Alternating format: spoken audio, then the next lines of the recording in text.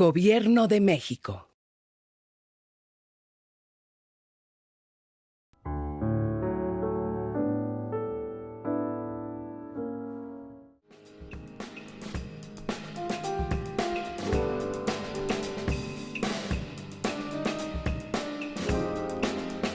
Buenas tardes a todos que están conectados y que están siguiendo este ciclo de conferencias que organiza la Comisión Nacional de Arbitraje Médico sobre COVID-19 y el consultorio médico.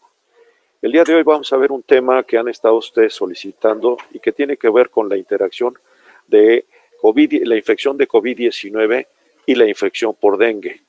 Esperamos que esta información sea de utilidad principalmente a todos los compañeros del primer nivel que se encuentran en las áreas rurales y en las áreas semiurbanas donde hay registro de casos de dengue.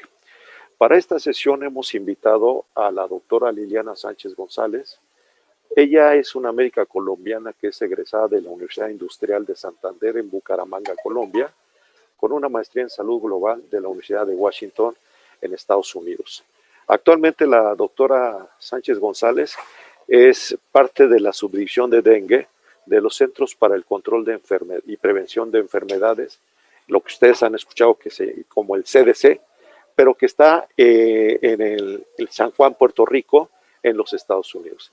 Ella es una epidemióloga con amplia experiencia en dengue y ahora ha estado trabajando en dengue y la interacción con COVID-19 y esperamos que sea de utilidad para ustedes esta plática. Doctora Sánchez González, le paso a usted el micrófono y muchas gracias por acompañarnos. Muchas gracias, doctor Meneses, y muchas gracias por la invitación para presentar hoy. Muchas gracias por su tiempo para unirse a esta presentación y poder hablar un poco hoy de un tema muy importante para nosotros en la subdivisión de dengue del CDC, como es el dengue en el contexto de la pandemia de COVID-19. Vamos a hablar un poco del contexto de dengue y COVID inicialmente. Vamos a hacer un repaso de los puntos principales de cada condición de COVID y dengue y vamos a compararlas y a dar algunas recomendaciones que pueden ser muy útiles en el contexto de los consultorios de medicina general. Empecemos entonces un poco del contexto de estas dos enfermedades. Todos sabemos que nos encontramos en una situación de pandemia por la enfermedad por coronavirus 2019 o COVID-19. Al 30 de noviembre tenemos más de 62 millones de casos reportados a la Organización Mundial de la Salud, la OMS, incluyendo casi 1,5 millones de muertes reportadas. El color más oscuro en el mapa representa los países con un mayor número de casos de COVID y como pueden ver, la tendencia global que se encuentra en esta diapositiva al lado izquierdo es al aumento del número de casos y del número de muertes. En Latinoamérica se han reportado más de 13 millones de casos confirmados y aproximadamente 700,000 muertes en lo que va corrido del año. En junio del 2020, la OMS declaró a Latinoamérica como el nuevo epicentro de la pandemia. Sin embargo, en octubre los casos empezaron a disminuir en nuestra región y aumentar en otras regiones, con lo que en este momento no somos el epicentro de la pandemia, pero tenemos el potencial de serlo y sigue siendo una preocupación bastante grande. Los 5 países con el mayor número de casos en la región son Brasil, Colombia, Argentina, México y Perú en ese orden. Y en México se han presentado en este año más de 1,100,000 casos confirmados de COVID y más de 105,000 muertes reportadas a la Organización Panamericana de la Salud. El dengue, por su parte, es considerado el virus transmitido por mosquitos más importante del mundo debido a que la mitad de la población mundial, que vive en aproximadamente 100 países, se encuentra en áreas de riesgo a contraer esta enfermedad. Las áreas donde más se presenta dengue son Latinoamérica y Asia. En Latinoamérica, en el 2019, tuvimos el mayor número de casos de dengue reportado en toda la historia. Se reportaron más de 3 millones de casos en la región, entre casos sospechosos y casos confirmados. Y este año tenemos más de 2 millones de casos confirmados en lo que va corrido del año. En México, el año pasado tuvieron un número importante de casos y este año los últimos reportes muestran 108,000 casos de dengue y de esos 20,000 casos confirmados, con 50 muertes relacionadas con dengue en el país. Es decir, como ustedes pueden ver, el dengue está aquí, el dengue continúa siendo una amenaza para la salud pública y para la salud de las personas en nuestros países y a pesar de nuestros esfuerzos por controlar el mosquito y por controlar la incidencia de dengue, debemos estar preparados para más casos de dengue y para potenciales epidemias en la región. Este mapa es solo para mostrarles los datos de la primera mitad del año que tiene la Organización Panamericana de la Salud, en las que se muestran la incidencia de COVID-19 a la izquierda y la incidencia de dengue a la derecha. Y lo que está mostrando es un poco la sobreposición de las dos condiciones de dengue y COVID en nuestra región, la importancia de conocer y de poder manejar las dos condiciones en la región. Y por supuesto, la pandemia ha tenido efectos en todos los sistemas y todos los servicios de salud alrededor del mundo. En lugares donde se han incrementado o se han empezado a incrementar el número de casos de dengue, la preocupación es grande por el manejo de las dos condiciones al mismo tiempo. Esto es una preocupación para los gobiernos, para los profesionales de la salud pública y para los proveedores de salud. Uno de los efectos negativos más importantes de las epidemias de dengue es la sobresaturación de los sistemas de salud. Y esto en el contexto de un sistema de salud ya sobrecargado por un gran número de casos de COVID-19 puede tener unos efectos muy negativos en la prestación de servicios de salud en nuestros países. Esta preocupación también se ha manifestado en la comunidad científica. Hay múltiples artículos evaluando el efecto de las dos condiciones ocurriendo al mismo tiempo. Y hay incluso algunos modelos que han predecido el aumento de casos de dengue en algunos países debido a las restricciones de movilidad que se han implementado por el COVID-19. Estas restricciones hacen que las personas pasen más tiempo en sus hogares, donde puede haber una mayor cantidad de criaderos de mosquitos y aumentar la transmisión de dengue. Nosotros decimos en el mundo del dengue que los mosquitos que nos pican y los mosquitos que nos transmiten dengue son los mosquitos que criamos nosotros mismos en la casa. Así que hay una preocupación de que ese cambio en el patrón de la movilidad pueda incrementar el número de casos de dengue en los países en dengue. Con esto en mente, vamos a hacer un repaso de COVID-19. Quiero empezar mencionando algo que ustedes ya saben, pero que es importante recordar. El COVID-19 es una enfermedad emergente, nueva, de la que hemos ido aprendiendo en todos estos meses, pero de la que seguimos aprendiendo todos los días y a medida que tenemos más información disponible, algunas de las cosas que sabemos o que creemos saber pueden cambiar. Yo voy a tratar de presentar la información más reciente de acuerdo a las guías del CDC, pero es útil recordar que con una condición nueva como esta información puede cambiar. Y aquí también aprovecho para mencionarles que la presentación está basada en las recomendaciones del CDC, pero que cada país y cada organización adapta a su contexto, a sus necesidades y a sus recursos la información que tiene disponible. Entonces, para tenerlo en cuenta antes de empezar. Esta enfermedad, COVID-19, sabemos que es causada por el virus SARS-CoV-2, el tercer coronavirus que ha causado enfermedad severa en humanos en las últimas 2 décadas, después del SARS-CoV-1 y el MERS-CoV. El primer caso en México se presentó en febrero 28 del 2020, o se reportó en febrero 28 del 2020, un par de días después del primer caso reportado en Latinoamérica, en Brasil, y desde ese entonces les conté el número de casos importante que se sigue presentando en la región y en el país. La principal ruta de transmisión de SARS-CoV-2 es la exposición a gotitas respiratorias que se producen durante la exhalación y que contienen el virus. Usualmente esto ocurre cuando estamos en contacto cercano entre dos personas a menos de 2 metros o 6 pies. No hay evidencia de transmisión efectiva, es decir, rutinaria y rápida, a personas que se encuentren a distancias mayores o personas que entren a un espacio después de horas de que una persona infectada haya estado en ese espacio. Sin embargo, los patógenos que se transmiten principalmente por contacto cercano, como pueden algunas veces también transmitirse por vía aérea si hay ciertas condiciones especiales. Se han documentado varios ejemplos en los que el virus SARS-CoV-2 se ha transmitido a distancias y a tiempos mayores. Esto parece ser bastante poco común y usualmente involucra la presencia de una persona infecciosa que está produciendo estas gotitas respiratorias por un tiempo prolongado en un espacio cerrado y con ventilación pobre. Entonces hay suficiente cantidad de virus para que se produzca la infección a personas que están a mayor distancia de 6 pies o personas que ingresan a ese espacio después. Las circunstancias de esos casos, como les mencioné, incluyen lugares cerrados, con pobre ventilación y con una gran cantidad de exposición al virus. Además de esto, el COVID-19, otra ruta de transmisión puede ser a través de transmisión vertical, pero el COVID-19 materno se ha asociado a un bajo riesgo para esta forma de transmisión. El contacto con superficies también es una forma de transmisión que puede presentarse, pero tampoco es la más común. Sigue siendo la más común el contacto cercano y la exposición a gotitas respiratorias. Ahí viene la forma de cómo podemos prevenir.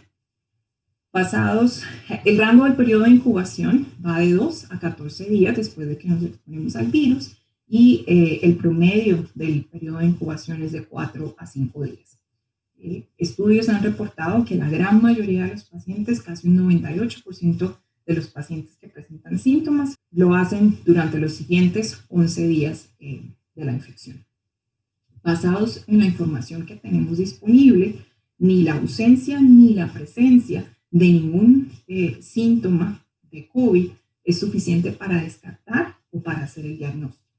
Los síntomas en rojo que están en la diapositiva, fiebre, tos y dificultad respiratoria, son los síntomas que se reportan de forma más común, y los síntomas en azul son los síntomas que se reportan de forma común en pacientes con enfermedad leve que no requieren ser hospitalizados, pero todos estos síntomas que están en la diapositiva se han reportado en pacientes con COVID.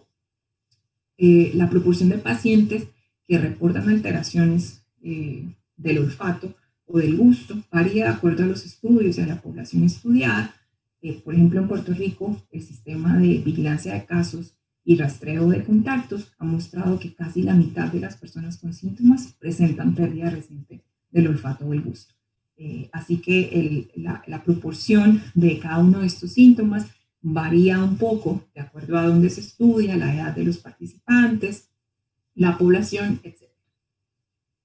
La fiebre, esto es importante mencionarlo, no necesariamente está presente al momento de la consulta o al momento de la admisión al hospital. Es decir, ustedes pueden ver pacientes que llegan a consulta pero no tienen fiebre. No necesariamente la ausencia de fiebre significa que el paciente no tiene COVID. Menos de la mitad de los pacientes en algunos reportes se presentan a los servicios de salud con fiebre. La mayoría de los pacientes, sin embargo, van a presentar o a reportar fiebre durante el transcurso de la enfermedad. Clínicamente, la enfermedad COVID-19 se clasifica en estas categorías que están aquí, esto de acuerdo al Instituto Nacional de Salud de los Estados Unidos. En el consultorio de medicina general, la expectativa que tenemos es que vamos a ver pacientes asintomáticos que vienen por otra cosa, pero que podemos encontrar que tuvieron contacto y pueden tener COVID, o pacientes con enfermedad leve o moderada. Pero es posible que también ustedes vean algunos pacientes con enfermedad severa, especialmente en momentos en los que hay temor o se puede presentar temor de los pacientes de consultar a servicios de urgencias y hospitales. Es posible que los pacientes consulten más que los servicios ambulatorios y que consulten en momentos más tardíos de la enfermedad, cuando hay más complicaciones y mayor severidad. Aquí está la descripción de la severidad. Más o menos nosotros hemos encontrado que aproximadamente un 40% de las personas pueden ser asintomáticas, no presentar síntomas. Esto es difícil de evaluar y difícil de determinar, pero es el número que estamos manejando en este momento. La clasificación leve corresponde a personas que tienen signos o síntomas de la enfermedad, pero que no tienen dificultad respiratoria ni ninguna alteración en su radiografía de tórax. La severidad moderada corresponde a personas que tienen anormalidades a la evaluación clínica, tienen taquipnea, tienen alteraciones en la auscultación o tienen alteraciones en la radiografía de tórax, pero la saturación de oxígeno se mantiene normal.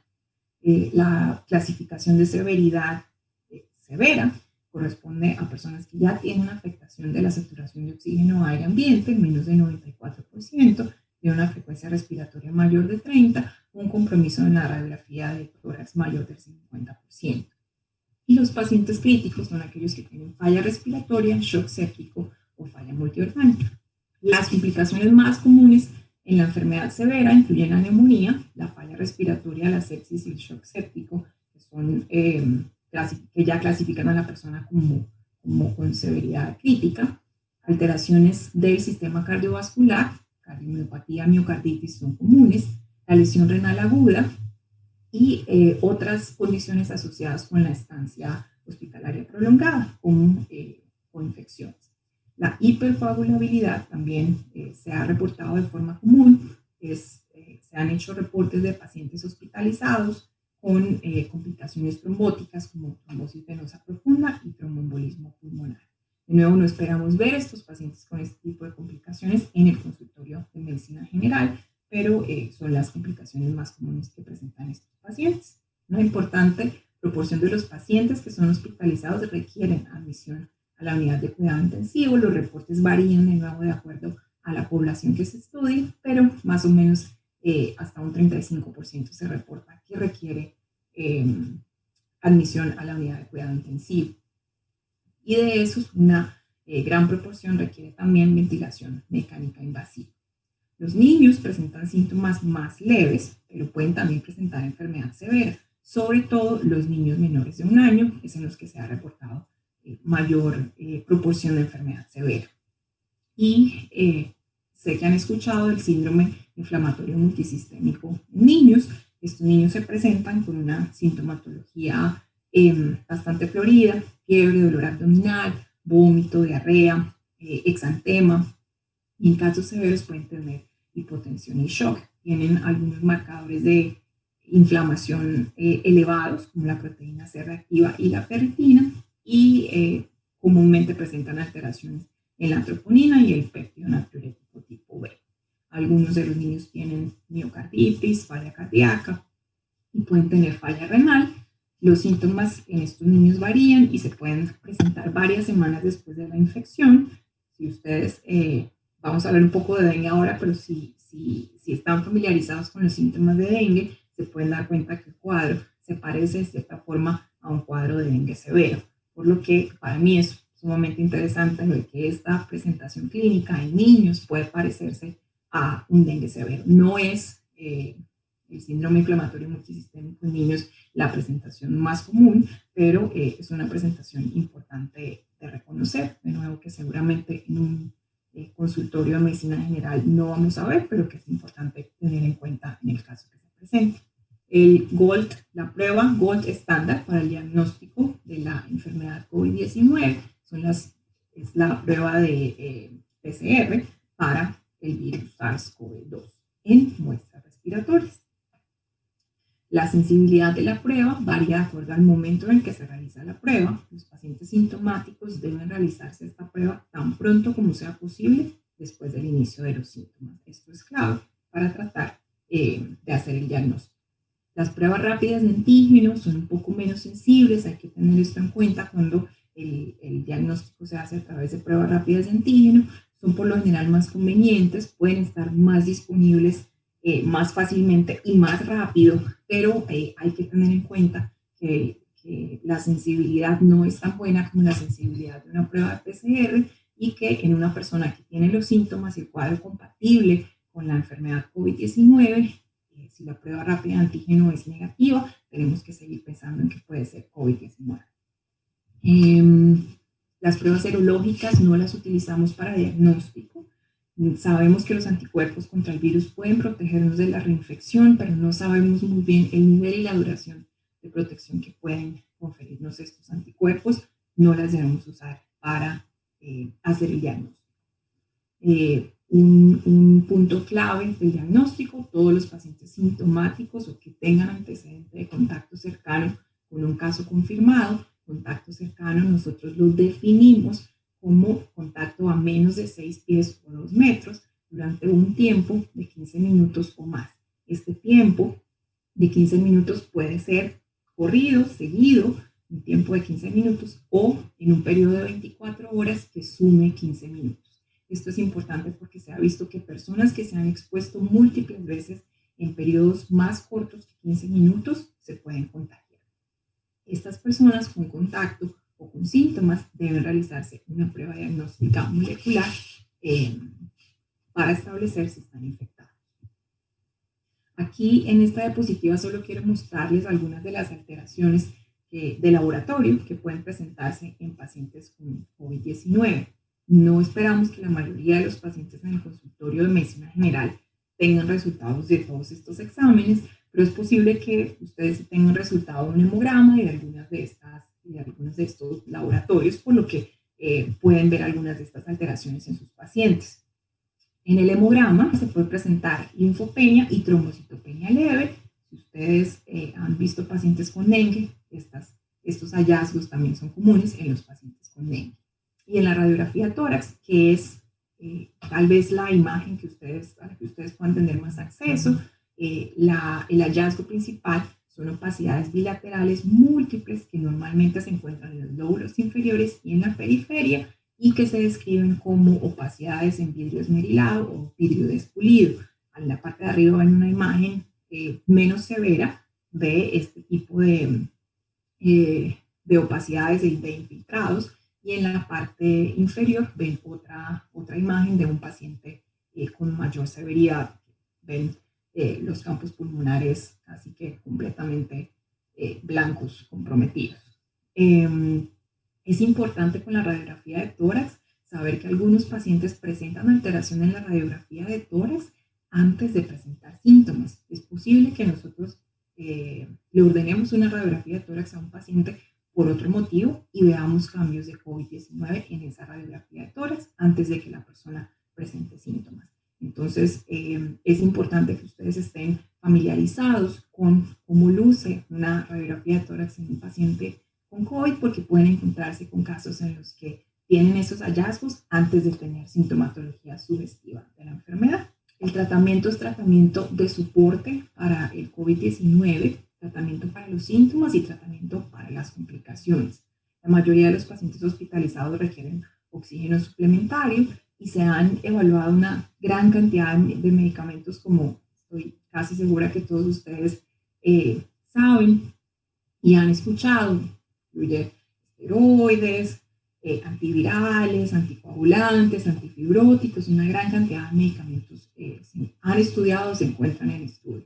Las recomendaciones actuales del Instituto Nacional de Salud y de la Sociedad Americana de Enfermedades Infecciosas incluyen remdesivir para pacientes hospitalizados que requieren oxígeno o tienen enfermedad severa y dexametasona para pacientes hospitalizados con enfermedad severa o crítica. Es decir, estos medicamentos no están indicados en pacientes que tienen enfermedad leve, por lo tanto no son medicamentos que se vayan a usar en el consultorio de medicina general, pero se están usando en pacientes hospitalizados con enfermedad más severa. La mortalidad intrahospitalaria de pacientes con COVID-19 varía bastante y está muy influenciada por la edad. Se han reportado tasas de mortalidad tan altas como 60% en pacientes mayores de 80 años. La mortalidad en general es mucho más baja, pero la mortalidad está muy relacionada con los factores de riesgo de cada paciente, sobre todo con la edad y con la presencia de comorbilidades. Y se están estudiando también las secuelas a largo plazo, que incluye todas las que están mencionadas aquí en la diapositiva, y que se están estudiando en varios estudios en los Estados Unidos para seguir estos pacientes infectados con COVID-19 y determinar cuáles son las secuelas de la enfermedad, porque parece que hay una cantidad importante de secuelas. Esta información va a ser muy importante para los médicos y el personal de salud de cuidado primario, porque posiblemente van a ser pacientes que van a llegar a nuestros consultorios y a nuestros servicios con estas secuelas de COVID-19. Respecto a las vacunas, hay un esfuerzo global increíble en estos momentos para la investigación y el desarrollo de vacunas contra el COVID, como seguramente todos ustedes saben. No tenemos una vacuna autorizada o aprobada en los Estados Unidos. La disponibilidad de 3 vacunas que se están desarrollando parece bastante cercana. Hay buenas perspectivas con 3 de estos productos, 2 vacunas que son de RNA mensajero y una vacuna que es basada en adenovirus. Requieren logísticas diferentes. Seguramente han oído hablar de las necesidades, de los requerimientos de temperatura, por ejemplo, así que hay todavía mucho que organizar respecto a la logística de la distribución de estas vacunas.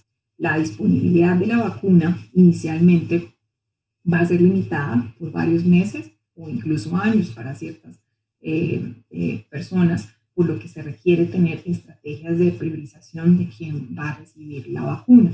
Por supuesto, los grupos de mayor riesgo, trabajadores de la salud, grupos de alto riesgo para enfermedad severa, seguramente van a ser los primeros en tener acceso a estas vacunas. La inmunidad a largo plazo y el perfil de seguridad a largo plazo de las vacunas no está muy claro en este momento, por lo que las estrategias de prevención de la enfermedad van a continuar siendo muy importantes en el corto y mediano plazo. El diagnóstico diferencial de COVID-19 incluye, por supuesto, infecciones respiratorias virales. Se puede parecer mucho a influenza, puede tener síntomas muy similares, otras infecciones respiratorias que causan síntomas gripales como rinovirus, otros coronavirus, el virus incipiente respiratorio en niños, por supuesto infecciones respiratorias bacterianas, algunas condiciones no infecciosas como el asma y el EPOC. La malaria puede parecerse sobre todo en las etapas iniciales a COVID-19 y por lo que estamos hoy aquí, los arbovirus como el Zika y por supuesto el dengue. Con eso vamos a hablar entonces un poco ahora de dengue. Hay 4 tipos de virus de dengue. Dengue 1, 2, 3 y 4 los bautizamos de una forma bastante original. Todos pueden causar dengue y confieren inmunidad de por vida específica a cada tipo. Si me da dengue 1, ya tengo inmunidad de por vida a ese tipo de dengue. Y produce inmunidad cruzada a corto plazo. Si me da dengue con dengue 1, tengo cierta protección durante cierto tiempo, algunos meses a más o menos 3 años, contra los otros tipos del virus. La severidad depende de muchos factores. Algunas variantes de dengue se ha encontrado que son más virulentas que otras, pero hay muchos factores relacionados que incluyen la edad del paciente, el tiempo entre las infecciones, el orden de las infecciones y muchas otras cosas que determinan quién tiene dengue severo. La forma más común de transmisión es la transmisión vectorial a través del mosquito. El mosquito más común que transmite dengue es el Aedes aegypti, el que tenemos más comúnmente en Latinoamérica. Y lo que ocurre es que este mosquito pica a una persona infectada con el virus y luego pica a una persona sana y le transmite el virus a través de la picadura y de la saliva. El dengue es una enfermedad sistémica y dinámica, cambiante. Tiene un espectro clínico amplio e incluye manifestaciones severas y no severas. Esta es la clasificación clínica del dengue de la Organización Mundial de la Salud. Personas que vivan o hayan viajado a un área endémica de dengue y tengan fiebre y alguno de esos dos criterios que está en esa lista, como ven, son criterios bastante generales, por lo que la sospecha de dengue debe ser bastante frecuente en personas febriles en áreas endémicas. El dengue con signos de alarma es la clasificación en la cual la persona cumple con los criterios de dengue y además tiene la presencia de uno de estos signos de alarma. Los voy a mencionar en este momento, vamos a hablar de signos de alarma por el resto de la presentación. Dolor abdominal, que por lo general es persistente y severo, dolor a la palpación, vómito persistente, que generalmente nosotros usamos 3 o más episodios de vómito en 24 horas para definir vómito persistente, acumulación de líquidos, ascitis o derrame pleural, sangrado de mucosas, epistaxis o sangrado de la mucosa oral, letargia o irritabilidad en niños más pequeños, la hipotensión postural o lipotimia, hepatomegalia de más de 2 centímetros por debajo del reborde costal y un aumento progresivo del hematocrito. Estos son los signos de alarma. Si el paciente tiene uno de esos signos, se clasifica como dengue con signos de alarma. Y el dengue severo es cuando la persona ya tiene shock o dificultad respiratoria debido a extravasación de plasma. La extravasación de plasma es una de las principales características fisiopatológicas del dengue y es la que por lo general genera la mayoría de las complicaciones. Sangrado severo, por lo general es sangrado gastrointestinal, pero puede ser sangrado del sistema nervioso central, por ejemplo, y compromiso severo de órganos, como daño hepático, se puede presentar hepatitis o falla hepática, miocarditis o encefalitis. En la infección con dengue, la mayoría de las personas son asintomáticas. Reportes tan altos como el 80% de personas que se infectan con dengue y no presentan síntomas. Aquellos que presentan síntomas pueden tener dengue o dengue sin signos de alarma y dengue severo. Solamente 1 a 5% de las personas desarrollan dengue severo. Y de estos, la mayoría de las personas se recuperan y una pequeña proporción, entre 0.5 a 5%, fallece. Entonces, lo que nosotros queremos evitar es esa cadena que está en rojo y esto se puede evitar, se puede disminuir la tasa de mortalidad con un tratamiento médico adecuado. El curso clínico del dengue, hay un periodo de incubación después de la picadura del mosquito que está ahí al inicio, que dura entre 3 a 14 días. Después de esto hay una fase febril que dura entre 2 a 7 días, en las que el paciente está virémico, sí, seguido por una fase crítica de 1 a 2 días, en los que ya el paciente está afebril y no está virémico, y la fase convaleciente que dura de 3 a 5 días. Empezando con la fase febril, vimos que dura de 2 a 7 días, los pacientes pueden tener deshidratación y las complicaciones y los síntomas de los que hablamos inicialmente, malestar general, dolor en las articulaciones, dolor muscular, y pueden tener las complicaciones de convulsiones febriles en niños más pequeños y algunas alteraciones neurológicas. La efervescencia, que es cuando la persona, cuando baja la temperatura a menos de 38 grados centígrados, ocurre entre el día 3 al día 8, 2 a 7 días de fiebre y luego la efervescencia. Y alrededor del tiempo de efervescencia, los pacientes o mejoran o se deterioran. Los pacientes que luego de la efervescencia mejoran son los que llamamos dengue sin signos de alarma, los que presentan signos de alarma, dengue con signos de alarma. Posterior a la fase febril tenemos la fase crítica. La fase crítica se identifica porque el paciente no tiene fiebre y el dengue es una enfermedad particular a este respecto. Cuando se va la fiebre es cuando debemos estar más pendientes y más preocupados del paciente, monitorearlo, evaluarlo, seguirlo. La fase crítica, además de la ausencia de fiebre, se puede identificar por algunos valores de laboratorio. Si ustedes tienen la disponibilidad de laboratorio, pueden encontrar que empieza la trombocitopenia y un aumento del hematocrito y que empieza la disminución de los leucocitos. Y por supuesto, en la fase crítica, si el paciente es un paciente con signos de alarma, aparecen los signos de alarma que ya los hemos leído antes. Lo importante de la fase crítica es que puede ocurrir un rápido deterioro del paciente a dengue severo. Aquí es donde se presentan las complicaciones que llevan al paciente a ser clasificado como dengue severo, el shock, la hemorragia y el compromiso de los órganos. Esta extravasación de plasma, acuérdense que la principal característica del dengue severo es la extravasación de plasma, usualmente dura entre 1 a 2 días a partir de que disminuye la fiebre y es el periodo en el que debo observar a mi paciente y estar seguro que no va a desarrollar dengue severo. Y en la fase de recuperación, que ocurre después de la fase crítica y dura de 3 a 5 días, es cuando se empieza a reabsorber el líquido extravascular. Dura más o menos esa reabsorción de 2 a 3 días. El paciente mejora, hay estabilización de su estado hemodinámico y aumenta la diuresis. Si el paciente está hospitalizado, pueden haber algunas complicaciones como la hipervolemia y el edema pulmonar agudo. En general, la evaluación del paciente con dengue tiene 5 secciones o 5 categorías. El diagnóstico, pensar y sospechar dengue, tiene fiebre, tiene síntomas compatibles con dengue y vive en una zona donde el dengue es endémico, es dengue. La clasificación, esto es un dengue sin signos de alarma, con signos de alarma o un dengue severo. Ustedes van a ver en la mayoría de los casos dengue y dengue con signos de alarma. La fase, está en fase febril, todavía está presentando fiebre, está en la fase crítica, ya dejó de presentar fiebre, pero está en la fase en la que tengo que seguir de forma más cercana a mi paciente, o ya está en la fase de recuperación. Algunos pacientes consultan en la fase de recuperación, ya lo vamos a ver. Las comorbilidades para saber si este paciente tiene un riesgo aumentado de complicaciones y si debe ser hospitalizado por ese riesgo aumentado. Y la categoría de intervención, de acuerdo a la guía de la Organización Mundial de la Salud. Durante la historia clínica y el examen físico, vamos a investigar la fiebre, la efervescencia, si ya no tiene fiebre, y ahí es donde debo empezar a vigilar más de cerca el estado de hidratación, porque esto me puede ayudar a saber si puedo enviarlo a la casa o no. Síntomas y signos de alarma, ya revisamos cuáles son, los cambios en el estado de conciencia y vamos a mirar, vamos a hacer un examen de piel para mirar si hay presencia de rash, de exantema, manifestaciones hemorrágicas, y vamos a evaluar la parte de las comorbilidades y de otras condiciones.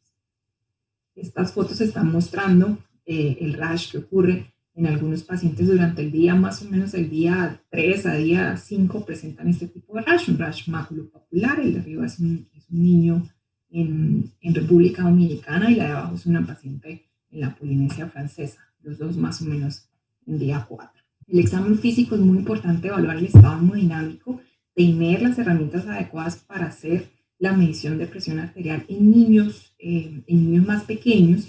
Encontramos mucho que no tenemos los brazaletes adecuados para hacer la medición de tensión arterial, y el manejo y la clasificación de dengue se basa mucho en presión arterial, por lo que es muy importante que ustedes tengan disponibles los instrumentos, las herramientas adecuadas para poder tomar los signos vitales en sus pacientes de cualquier edad y de cualquier talla. Y respecto al estado hemodinámico, los signos de shock compensado incluyen la taquicardia sin fiebre y el acortamiento y la estrechez de la presión de pulso. Esto es importante porque los pacientes con dengue pueden presentarse con shock compensado y rápidamente evolucionar a shock descompensado, y pueden presentarse en un consultorio de medicina general con un shock compensado. Hay una característica y se ve mucho en pacientes con dengue, en los que son pacientes que están caminando, hablando perfectamente, lucen perfectamente bien y están en un shock compensado. Entonces toca al paciente asegurarse de revisar su frecuencia cardíaca, calcular su presión de pulso, que es la diferencia entre la presión sistólica y la diastólica. Si está menor de 20, hay una presión de pulso disminuida y ese paciente está en shock compensado, y es una indicación de que ese paciente debe recibir tratamiento con líquidos endovenosos y que debe ser remitido para atención hospitalaria. El derrame pleural es muy común, sobre todo en niños, y ocurre incluso sin síntomas. Creo que se acuerdan de la clasificación, puede ser un signo de alarma y no necesariamente los pacientes tienen dificultad respiratoria o sintomatología respiratoria, y ustedes encuentran el derrame pleural cuando hacen la radiografía. Algunas claves clínicas para diagnosticar dengue incluyen el rash facial temprano. Creo que aquí tengo la foto de la misma paciente que vimos antes con el rash en el brazo, rash en la cara y en el cuello, cefalea y dolor retroorbitario, dolor retroocular, la prueba de torniquete positiva, signos de alarma que incluyen el dolor abdominal, y el dolor abdominal en dengue puede parecerse a un dolor por abdomen agudo. Hemos visto pacientes, en niños se presenta de forma relativamente frecuente, en los que se presentan con fiebre, con síntomas gastrointestinales, con dolor abdominal, y ese dolor abdominal es tan intenso, tan persistente, que se asemeja a un abdomen agudo. El dolor abdominal en dengue se da por acumulación por la extravasación del líquido que se acumula en el espacio retroperitoneal, por el edema, la extravasación de líquido en las asas intestinales, y por el edema y la acumulación de líquido en la vesícula. Así que el dolor abdominal se puede presentar en cualquier sitio del abdomen y muchas veces asemeja a un abdomen agudo. Pacientes que tienen derrame pleural después de que se les acaba la fiebre, pacientes que tienen bradicardia y hipotermia después de la efervescencia, después de que baja la fiebre. El shock después de la resolución de la fiebre, son pacientes en shock pero que ya no tienen fiebre, no es un shock séptico. Y pacientes, como les había dicho, lúcidos, que se ven perfectos a pesar de que sus signos vitales y de que su estado hemodinámico está desmejorado. Esas son algunas claves que pueden ayudarles a pensar que el paciente tiene dengue. No significa que si no tienen esto, el paciente no tiene dengue, o que si lo tiene es un diagnóstico seguro de dengue, pero les puede ayudar a pensar más en dengue y hacer esa sospecha clínica más rápida. El diagnóstico de dengue por laboratorio se puede hacer en la fase aguda. Antes del día 7 se puede utilizar el NS1, que es una proteína del virus del dengue que podemos encontrar hasta el día 7. Normalmente es una prueba rápida que se hace Normalmente es una prueba rápida y podemos utilizar también la PCR, que es el gold estándar y que se debe hacer durante los 5 primeros días después del inicio de los síntomas. Y tenemos también la inmunoglobulina M y la inmunoglobulina G, que por lo general están más disponibles en nuestros países. La inmunoglobulina M idealmente debe realizarse después del día 5, la inmunoglobulina G en infección primaria después del día 10 se puede empezar a notar el incremento. El manejo agudo del dengue debe basarse en la evaluación clínica y no en la confirmación de laboratorio. Si sospechamos dengue, no debemos esperar a confirmar por laboratorio que ese paciente tiene dengue para empezar el manejo. Nosotros tenemos la guía de bolsillo de manejo de casos de dengue, se encuentra aquí en esta diapositiva y tiene la clasificación de acuerdo a la Organización Mundial de la Salud y la clasificación que sigue CDC. Ustedes la pueden descargar, la pueden imprimir, la pueden tener en su bata con ustedes todo el tiempo. La utilizamos mucho durante epidemias de dengue, está disponible en español y en inglés y tiene la clasificación y cómo tratar cada una de estas clasificaciones. No voy a entrar en detalles, tiene todo el manejo de qué cantidad de líquidos se da para cada una de las clasificaciones, etcétera. Nosotros vamos a hablar más un poco de los pacientes que requieren tratamiento ambulatorio.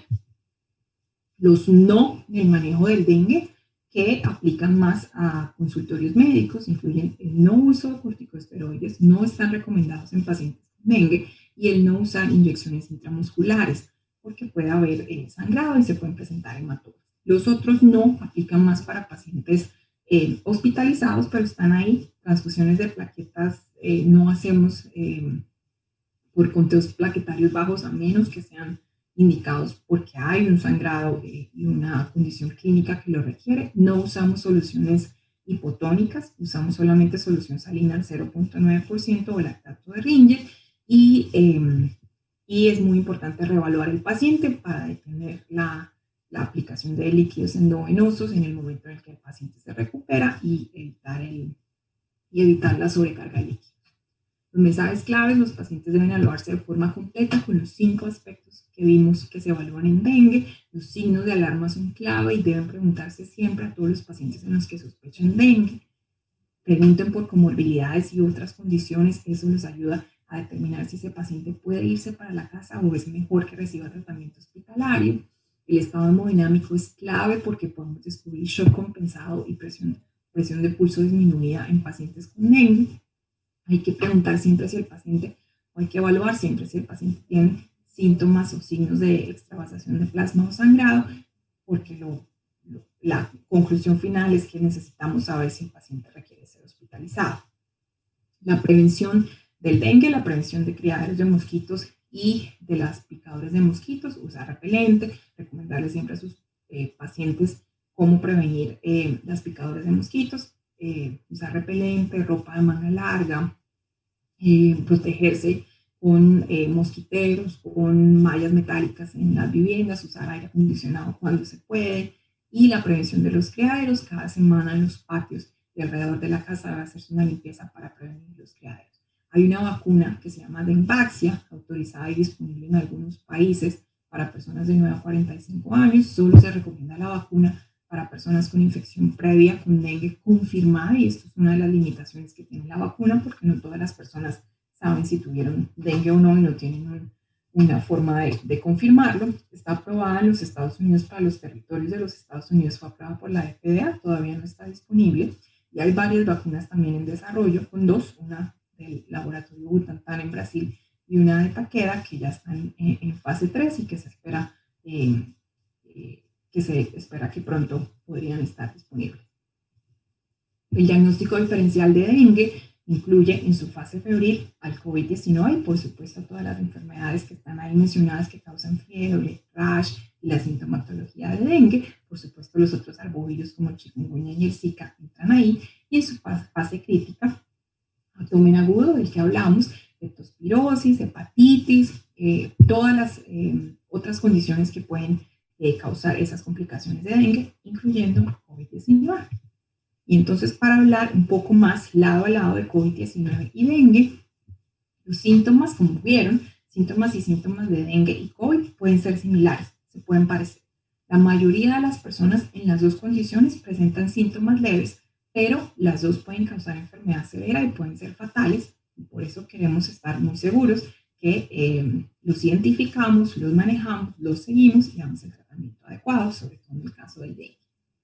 El diagnóstico erróneo puede, uno, retrasar el tratamiento adecuado para dengue o retrasar las recomendaciones de aislamiento para COVID, por lo que debemos siempre pensar en la posibilidad de que haya alguna de estas patologías en nuestros pacientes febriles sobre todo. Y la presentación de estas dos condiciones al mismo tiempo puede incrementar el número de pacientes que requieran cuidado especializado. Es muy importante, entonces tenemos una responsabilidad de tratar de mantener nuestros servicios de salud menos congestionados y manejar estos pacientes siempre que se pueda de forma ambulatoria, de forma adecuada, para evitar las complicaciones y evitar la congestión de servicios de salud que ya se encuentran congestionados debido a COVID. Cualquier persona de cualquier edad puede desarrollar enfermedad severa con dengue o con COVID. La edad no nos excluye ninguno de los dos diagnósticos, pero por lo general el COVID-19 es más severo, la enfermedad es más, el COVID-19 severo es más común en adultos y el dengue severo es más común en niños, por lo general.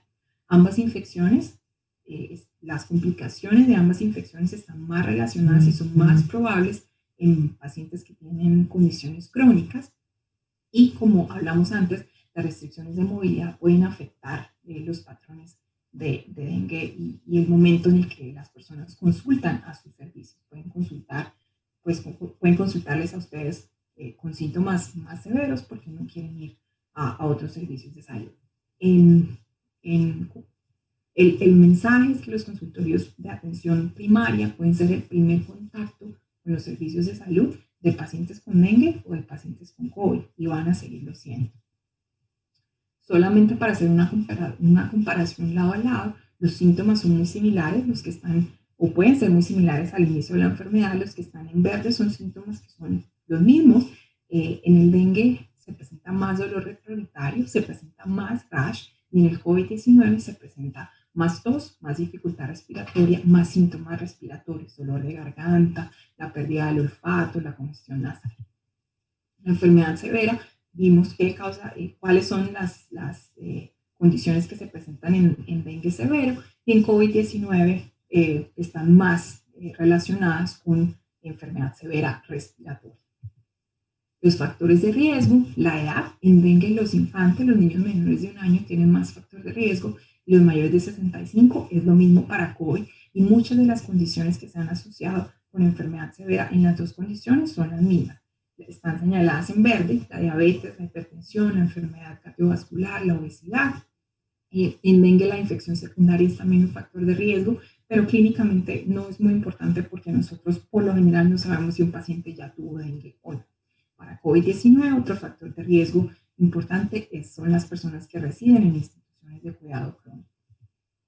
Los signos de alarma, ya en este punto, después de que se los he repetido 5 veces, no los debemos saber de memoria, y los signos de alarma en el COVID-19 incluyen la dificultad respiratoria, dolor o presión torácica, alteraciones del estado de conciencia y cianosis. Aquí es importante saber, aquí está en rojo, la descompensación y las complicaciones por dengue normalmente aparecen antes, más temprano, entre día 3 a día 5, la fiebre dura.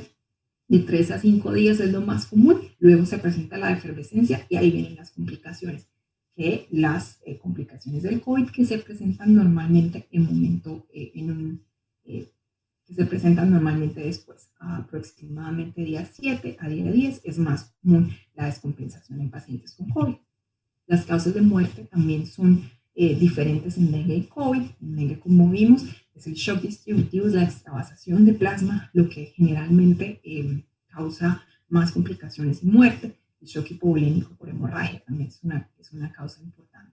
Y en COVID-19 es más falla respiratoria, falla multiorgánica y shock séptico.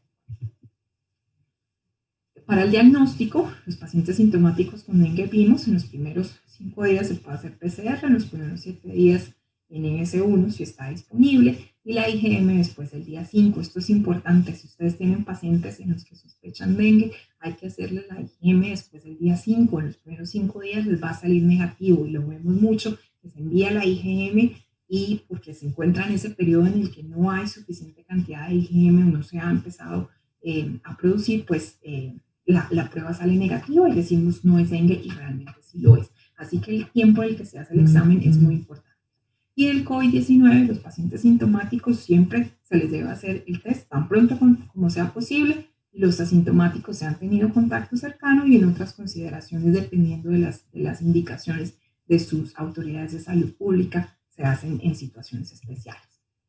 El seguimiento del tratamiento de pacientes ambulatorios para las dos condiciones es de soporte. Manejamos síntomas. En el dengue usamos paracetamol, acetaminofén para la fiebre y el dolor y no usamos AINES. Evitamos siempre los AINES en el dengue. En el COVID-19 no se ha demostrado que haya efectos adversos con el uso de AINES, así que pueden usarse. En el dengue es muy importante la hidratación oral constante para evitar que el paciente tenga que ser hospitalizado y requiera líquidos no venosos. Los signos de alarma, sumamente importantes en las dos condiciones. Debemos siempre claramente explicarles cuáles son los signos de alarma y que las personas regresen cuando esto se presente. En el dengue, de ser posible, debemos hacer un hemograma diario o por lo menos cada 2 días.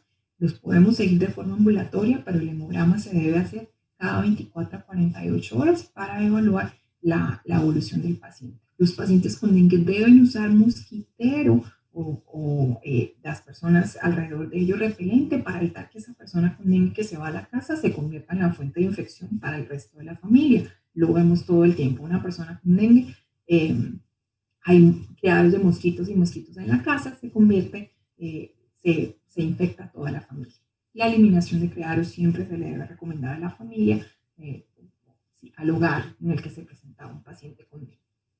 En COVID-19, por el contrario, o diferente, es el aislamiento por 10 días después del inicio de los síntomas o después de la primera prueba positiva. Importantísimo la recomendación de aislamiento. Y no usamos serología para evaluar infección o reinfección.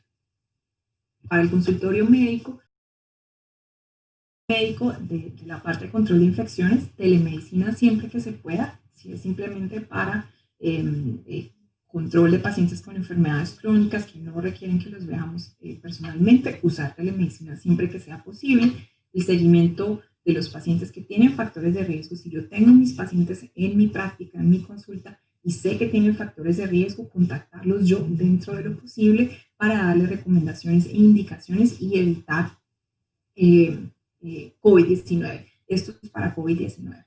La flexibilidad en penalidades por incumplimiento de citas se ha hecho en muchos sitios y ha funcionado en muchos sitios porque no queremos que las personas enfermas vengan a nuestros servicios de salud porque no quieren pagar una penalidad y perder la cita. Entonces, esa flexibilización ha ayudado a que las personas, si están enfermas, si tienen síntomas que no requieren atención médica, pero están sintomáticos, se queden en su casa y no salgan y puedan infectar a otras personas.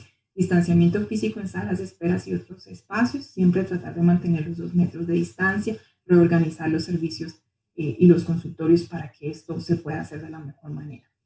Control universal de fuente primaria de infección. Todos los pacientes y visitantes que entran a los servicios, a los consultorios médicos, deben usar una mascarilla que cubra nariz y boca, que puede ser de tela, y el personal de salud debe usar mascarilla quirúrgica, no de tela, que se considera equipo de protección personal, y protección ocular siempre que haya una transmisión comunitaria importante, que en este momento en la mayoría de los países en Latinoamérica está ocurriendo, por lo que debemos usar nuestra mascarilla quirúrgica y protección ocular. A todos los pacientes les debemos preguntar si tienen signos de COVID, incluso si no vinieron por COVID. Debemos tener las precauciones universales con todos los pacientes, el uso de guantes cuando sea necesario, el lavado de manos frecuente, la limpieza de superficie, todas las precauciones que tenemos todo el tiempo, independientemente de si sospechamos o no sospechamos COVID. Y un plan de respuesta a exposición para trabajadores de la salud. ¿Qué vamos a hacer si alguien se enferma, si alguien se expuso en nuestro servicio médico? Durante el contacto inicial es muy importante que sospechemos dengue y sospechemos COVID en pacientes febriles. Por supuesto, hay muchísimos otros diagnósticos diferenciales y podemos sospechar muchas otras enfermedades. Pero en pacientes febriles siempre pensemos, puede ser esto dengue, puede ser esto COVID. Sé que todos estamos pensando en COVID en este momento, pero no olvidar el dengue. ¿Será que este paciente lo que tiene es dengue? Evaluar el contacto cercano con otros casos de COVID que me puede indicar si esta persona tiene riesgo de la enfermedad. Preguntar por todos los síntomas relacionados con dengue y COVID. A veces los pacientes no nos dicen, no nos hablan mucho de exantemas o rashes y es importante hacerle las preguntas de todos los síntomas. El examen físico completo que debe incluir la piel, no solamente para el exantema, sino para ver si el paciente está frío, si el paciente tiene pulsos adecuados, en el caso del dengue, que es muy importante. Y mantener siempre las precauciones para evitar infección con COVID. Nuestra mascarilla, nuestra protección ocular, siempre, en todo momento en el servicio médico, incluso con nuestros compañeros de trabajo. Ordenar las pruebas de acuerdo a la sospecha clínica y la disponibilidad. Siempre que sospeche dengue y COVID tenga forma de hacer el examen, hacerlo. No esperar los resultados para iniciar el manejo o la referencia de pacientes con dengue. Si están sospechando dengue, no necesitan esperar a confirmarlo, deben empezar a manejar ese paciente como un paciente con dengue. Si tienen un paciente en el que sospechan dengue, traten de hacerle un hemograma antes de empezar líquidos endovenosos. Algunas veces en los consultorios de medicina general debemos empezar líquidos endovenosos por la condición del paciente. Si ese es el caso y la condición en su caso, y es posible hacer un hemograma antes de iniciar los líquidos, eso va a ser muy útil para evaluar el paciente en los días siguientes.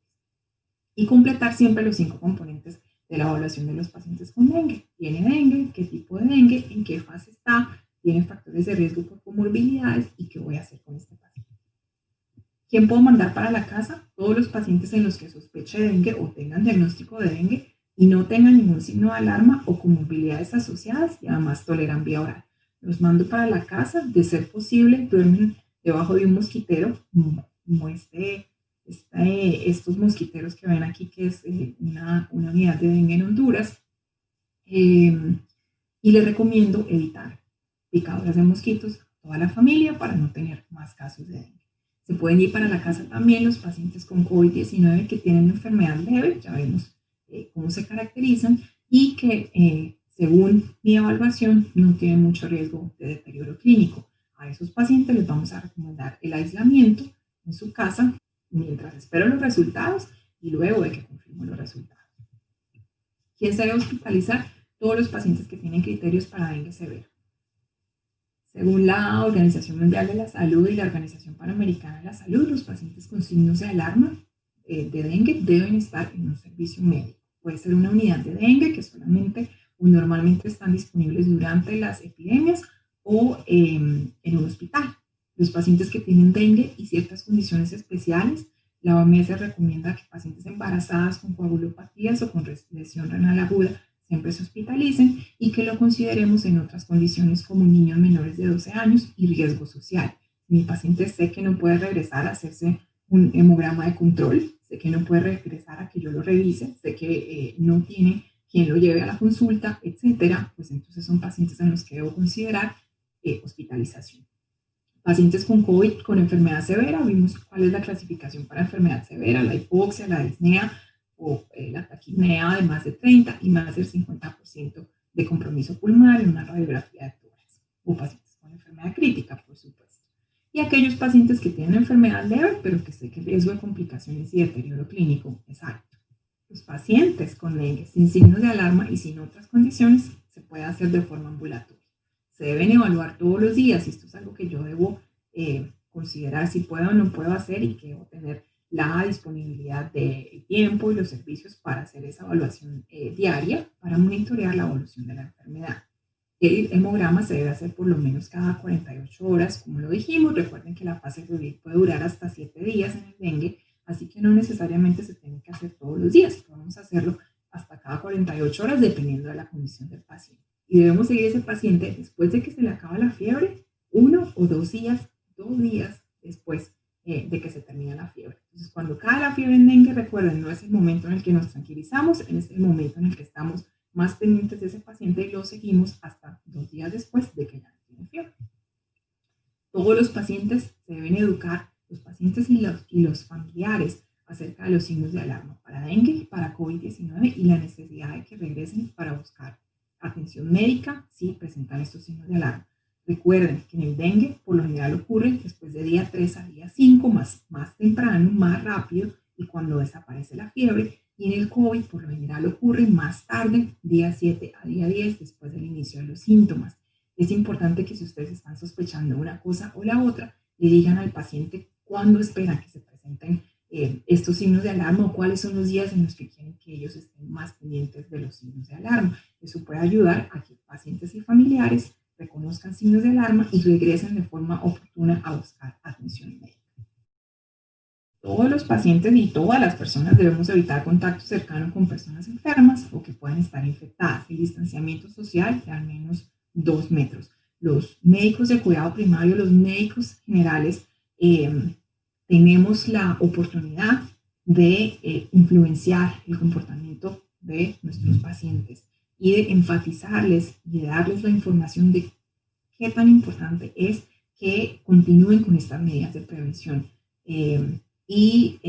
Podemos influenciar el comportamiento de nuestros pacientes que confían en nosotros, con los que tenemos una relación estrecha médico-paciente, para que continúen con estas medidas de prevención y podamos todos disminuir la cantidad de infecciones con COVID. Entonces, evitar contacto cercano con personas enfermas, evitar conglomeraciones, viajes y actividades en lugares encerrados, sobre todo en pacientes que tienen riesgo de complicaciones, el lavado frecuente de manos y la limpieza de superficie, y para aquellos pacientes que tengan que estar aislados en casa porque están esperando resultados de sus laboratorios, una alta sospecha de COVID o un diagnóstico de COVID, siempre que se pueda, el aislamiento en casa, que estén en su propia habitación, que utilicen su propio baño y que tengan utensilios separados siempre que se pueda y que utilicen su mascarilla. Esto solamente para mostrarles las guías de la Organización Mundial de la Salud, la Organización Panamericana de la Salud de dengue, están disponibles en inglés y en español. La segunda edición es del 2016 y es una guía muy completa de cómo diagnosticar, manejar y prevenir el dengue. Y el CDC tiene un curso de manejo clínico de dengue que también está disponible en nuestra página web. Aquí está el link. Es en inglés solamente, así que si tienen la oportunidad de hacerlo, es bastante completo, tiene bastante información, casos clínicos y puede ayudarles mucho a pasar los conceptos básicos de dengue y el manejo de pacientes con dengue. Con esto termino. Esta es una de las imágenes que encontré de la campaña del gobierno mexicano, Quédate en casa, pero no nos olvidemos del dengue. Así que espero que esto haya sido útil, que aparte de COVID, pensemos también en dengue, en cómo se parecen, en cómo son diferentes, y esto pueda beneficiar a nuestros pacientes. Muchas gracias por su atención. Si ustedes tienen alguna pregunta, algún caso especial, alguna pregunta, alguna información que necesiten, cualquier información de cualquiera de las diapositivas, esta es mi información de contacto. Pueden contactarme ahí sin ningún problema. Muchas gracias. Doctora Sánchez González, le agradecemos su participación. Realmente creemos que lo que nos está usted presentando va a ser de utilidad para los compañeros. Esperamos verla nuevamente en alguna otra de las sesiones que organicemos. Y a todos ustedes que han estado conectados, les agradecemos su participación. Les recuerdo que el día de ayer inició el curso sobre prevención de conflicto contra profesionales de la salud, el último curso de este año, pero dada la demanda que tenemos, hemos decidido ampliar las inscripciones hasta el día de mañana, miércoles, por si alguien está interesado. Si requieren más información, pueden entrar a la página oficial de la Comisión Nacional de Arbitraje Médico. Asimismo, los invitamos para que todas estas conferencias ustedes las puedan ver y las puedan bajar visitando la página oficial de YouTube de la Comisión Nacional de Arbitraje Médico. Finalmente, los invitamos a la próxima sesión, el próximo martes 8 de diciembre, donde nos acompañará la doctora Claudia Marcela Vélez y nos hablará de la situación actual sobre las vacunas que están disponibles para COVID-19, para tener una información realmente de qué es lo que está sucediendo en este espectro de múltiples vacunas que están anunciándose en el mercado, y cuál es la situación en que se encuentra esto, y cuál es el papel que va a jugar el primer nivel de atención, o podría jugar el primer nivel de atención, para poder contener la epidemia de COVID. Agradecemos a todos ustedes su participación y esperamos verlos en la siguiente semana. Muchas gracias.